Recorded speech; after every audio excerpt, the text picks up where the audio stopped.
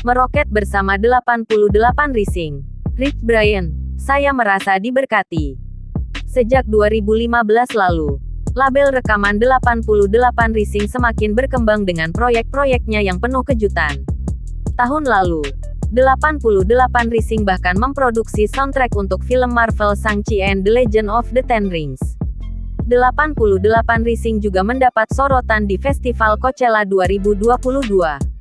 Dua akhir pekan di Coachella 2022 menampilkan panggung utama dari para artis 88 Rising, seperti Nicki, Warren Hu, Rich Brian, Jackson Wang, CL, Bibi, Millie, Hikaru Utada dan masih banyak lagi.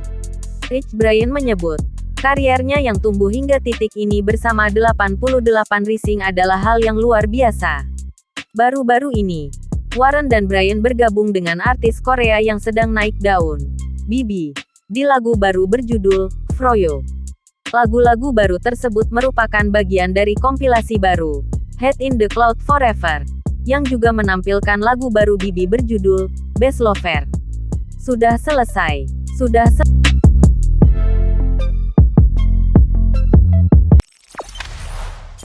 Jangan lupa subscribe, share, komen, dan like ya.